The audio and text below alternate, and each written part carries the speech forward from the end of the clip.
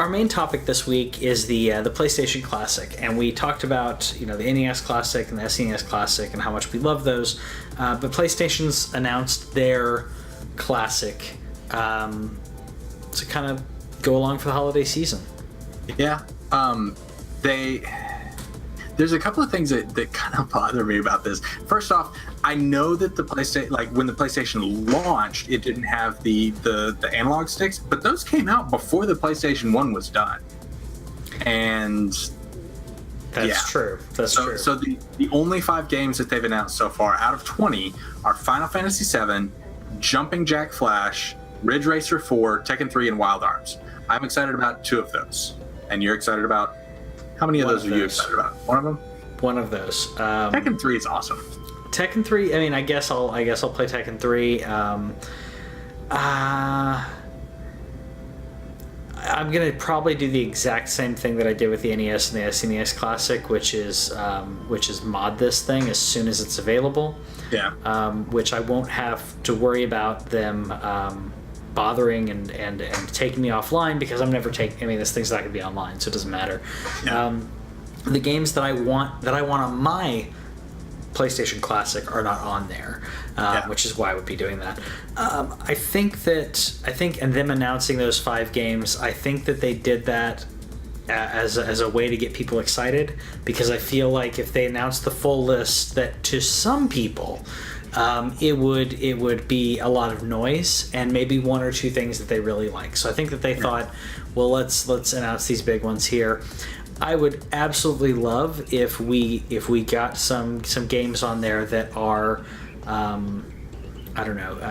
bigger games that I don't know if they'll be on there though. Games like Resident Evil. Do you put Resident Evil 2 on there? I would put 2, but yeah, I think that maybe it's because they've got something else that they're waiting to put out. I would hope so, but I don't know. Yeah, but like, okay, you could announce it with 5 and then like slide the other 15 under the radar and be like, and here's the rest of them. So the fact that they've only announced 5 to anybody is what makes me really nervous about it. Also, they have Ridge Racer Type 4 on there. You could do Gran Turismo 2 or 3? 2. I don't remember. 2 if I'm not mistaken. But there's a lot of games that are on there that my other problem with this is, what games do you put on the PlayStation Classic that you can't get elsewhere? And is that a sticking point? Is that what they want to focus on? Are they focusing on the core gamers that are still PlayStation people, or, which I think is more important, are they focusing in on everyone who owned a PlayStation? Nostalgia factor, get them back and playing. People who are not necessarily current on stuff. Yeah, because there's a lot of people who bought the NES or SNES Classic that have not played games in 10, 15 years. Yeah. Also, they have 20 classic titles, which is less than... 20 was the NES number, right? 27, I believe. Okay, so it's fewer games than... I know it's fewer games than the SNES Classic. And it comes with 2 controllers and stuff, but like, I don't... 30 on the NES. Okay, yeah. 27 on the SNES, yeah. Yeah, so a lot less titles, a lot fewer titles. Yes. And then they're also charging a full $100 instead of 40 or 60 for like they did for the Nintendo ones. And I'm like, see that was 100. Yeah, I mean, that's still... I don't plan to buy it. I'm on the fence with that price point. If there's a big part of me that wants it. I have my NES, my SNES Classic, which I've kind of used those almost like a time capsule. I have modded those. I put ROMs on there that of games that I own. Nintendo I own, but I put games on there specifically to say, here's an HDMI hookup. It's an all-in-one. There are other ways to do this, but this is as close. I mean, you could get original hardware, but obviously it's a little harder to do. You then also have to get a ROM cart that would play off an SD card if you wanted to do something that's all in one like this.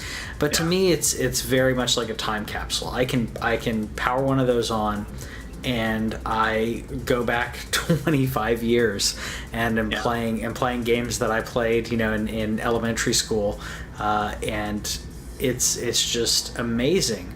The PlayStation is going to be that exact same thing. It's going to be my middle school, basically, and middle school, playing Final Fantasy and other games that it just really, really, really, really takes me back. Middle school, high school. I don't know if I'll get it for $100. I don't know. I have to see the full list. I ended up playing a bunch of the Super Nintendo games with the girls. Like we played the Kirby's Dream with the golf one, and we played Street Fighter 2 because they love Street Fighter, and those were fun. I think that the transition to 3D.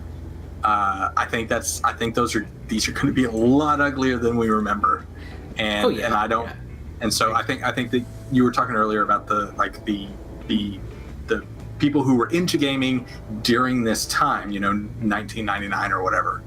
When did the PlayStation come out? 96, 97. Okay, something like that.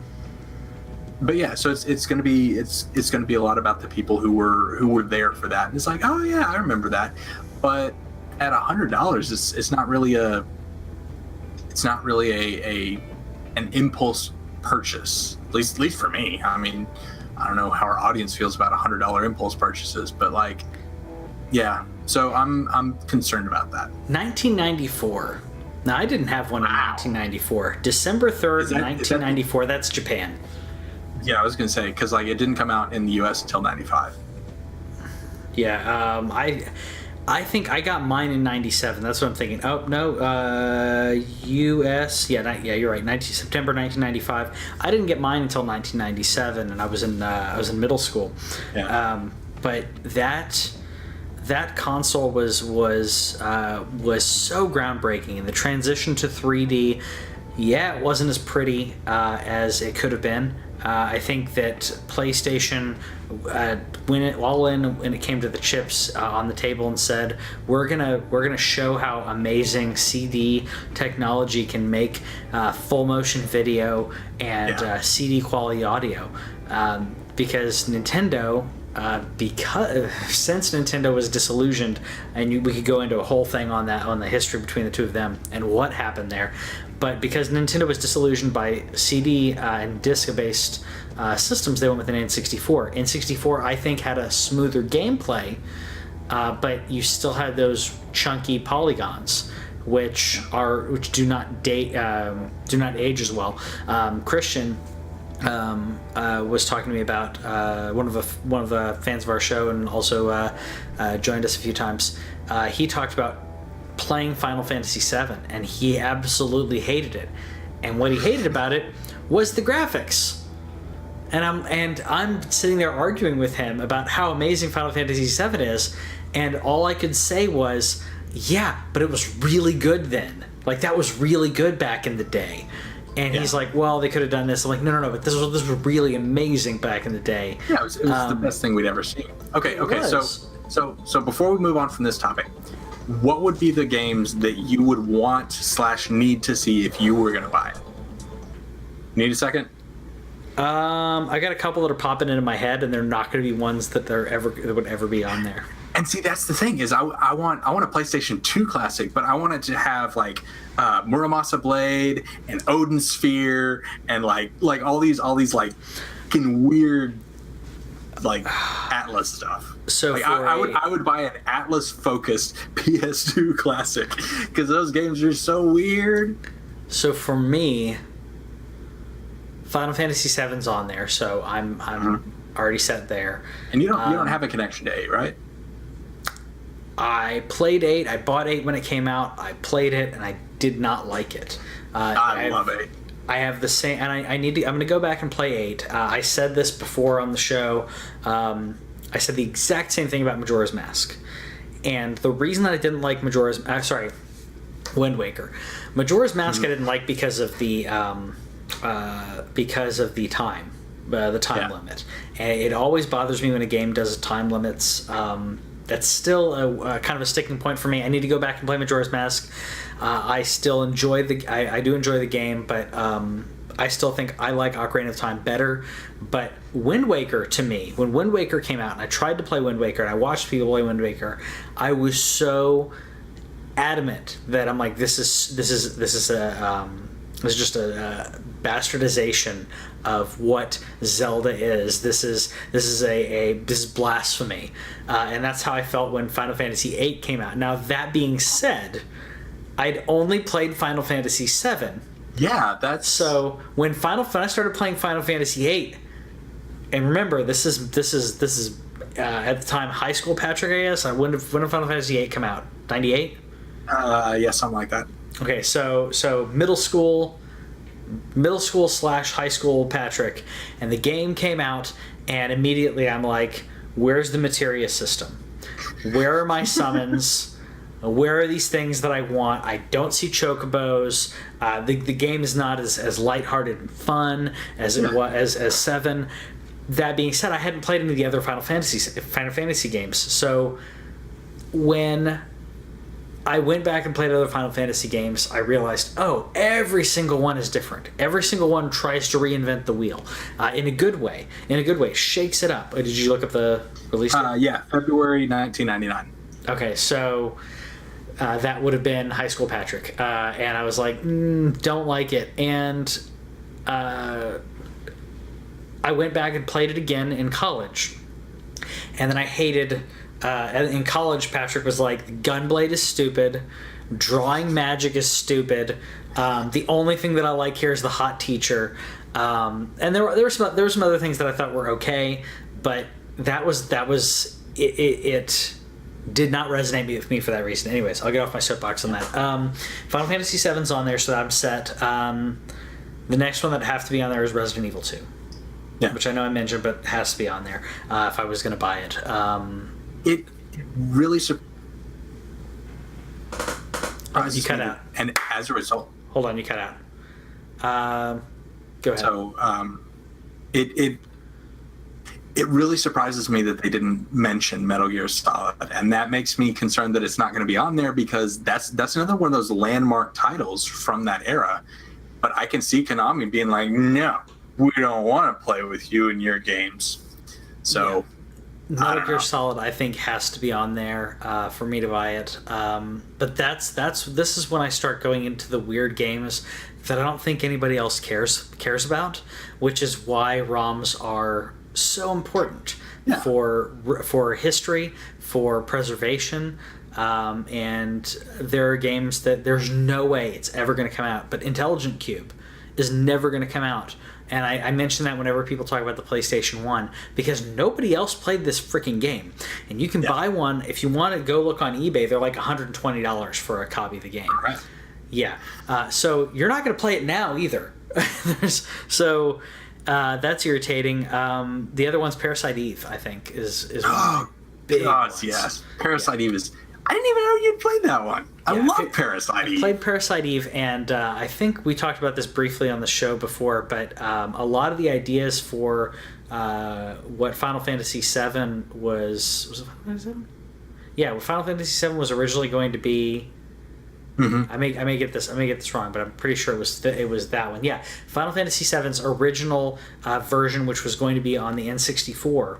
The storyline and everything that they were working on they was basically very similar to Parasite Eve. They scrapped it with a new thing, and that studio, the core people that did that, went on and did Parasite Eve with that story, because you were going to be in New York. It was going to be like a semi-futuristic. They were very inspired by Blade Runner in doing Final Fantasy VII in 64. Well, and there's also a lot of the body horror elements in there and the questioning of who am I, what am I, from Blade Runner. So yeah. What are some of the others that do you have any others you'd want to? I think that's about it for me. About it. Are you looking them up?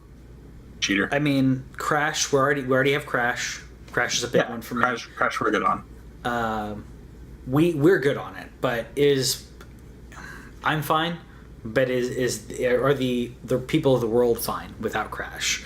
I think that's one that would be needed. Castlevania would be a really good one. Symphony of the Night.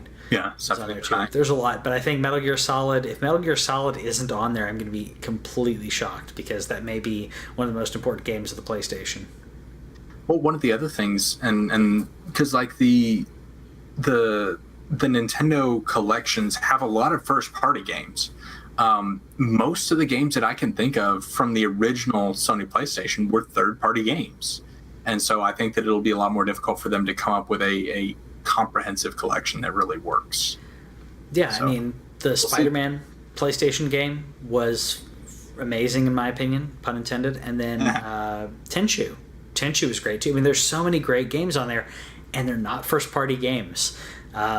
So, yeah, it'd be interesting to see what the list is going to be and how licensing will work in regards to getting those games. Yeah.